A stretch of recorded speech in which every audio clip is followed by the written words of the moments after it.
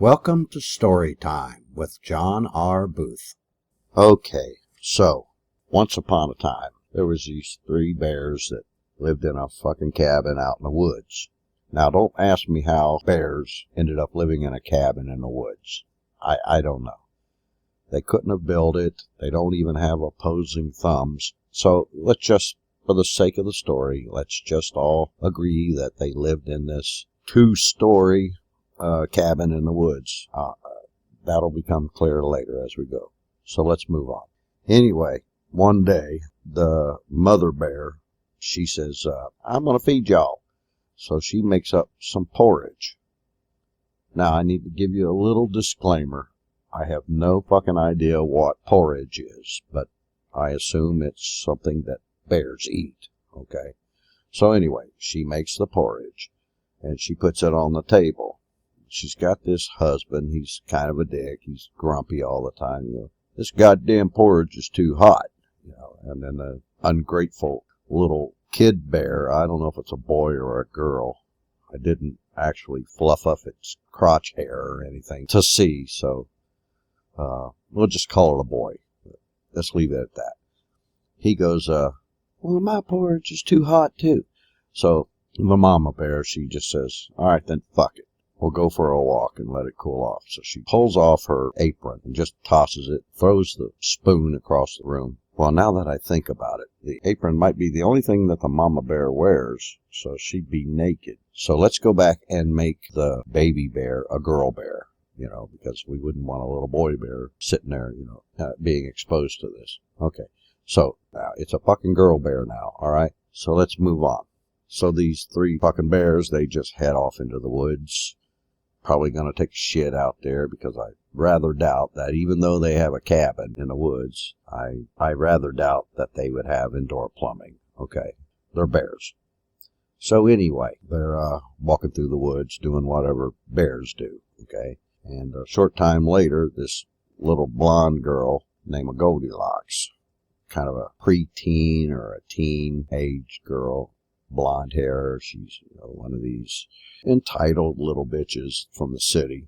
She comes across the cabin and she goes in. Of course, she sees the food on the table, this porridge. She tries a bite or two of the Papa Bear's porridge and says, God damn it, that's hot. So she goes over to the moms and she says, God damn it, that's cold. But then she goes over to the baby bears and it's just perfect. Now, again, physics aside, let's just assume that one stayed hot, one got cold, and one bowl of porridge cooled off properly. Okay, let's just leave it at that for now. Anyway, the little girl, she eats all the baby bear's porridge. Okay, she's rubbing her little belly, and she thinks, oh man, I'm getting tired now. I've been walking through the woods, picking flowers, my belly's full. I think I'll go upstairs and take a nap. This is why it's a two-story cabin in the woods. Let's just assume it is, okay? Let's not try to figure out why or how.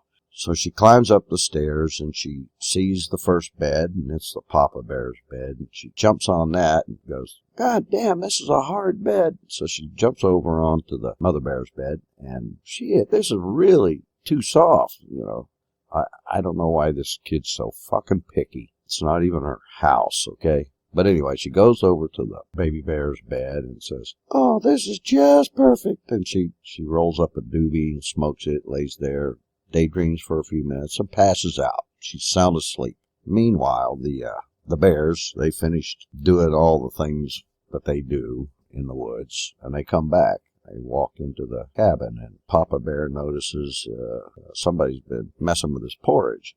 So he says, God damn it, somebody ate some of my porridge. And then the mama bear says, somebody ate some of my porridge too.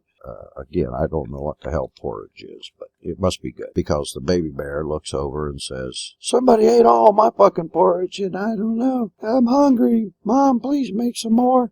And the mom says, fuck this shit. I done made food. I'm not cooking again till dinner. So anyway, the bears say, well, this is just a fucked up day. Let's just all go take a nap. So they climb up the stairs to the bedroom. And the first thing the Papa Bear says is, damn, woman, didn't you make the beds this morning? My bed's all messed up. And then the Mama Bear says, I did. I swear I did, but my bed's messed up too.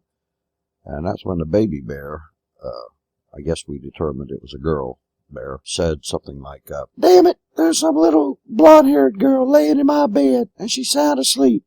Well, at that point, Goldilocks wakes up, and she said, holy fuck, there's bears in here. I don't know what she expected. It's not her house. But anyway, that's what she said. So at that point, the papa bear runs over and grabs her by the arm and says, are you the one that got into my porridge and laid on my bed? And the mama bear, she jumps up, smacks her in the face, and says, bitch, was you laying in my bed? And then the baby bear says, oh, come on, give her a break. She was probably hungry and tired. And the papa bear says, why don't you just shut up? Well, I bet you're one of them people that's for open borders and all that, too. Anyway, let's move on. So at this point, the Goldilocks girl breaks away from the papa bear's grip and runs over and jumps out the window. Now, typically, you figure at this point, the kid runs away and is safe and the story ends. And that's the way we're going to leave it, because we're not going to deal with the physics that this kid just jumped from the second story window, okay? We're just going to assume she got away and that the bears made their beds again and then they all took a fucking nap. And that's the end of this story, and I hope you enjoyed it. We'll see you again next time. Thanks.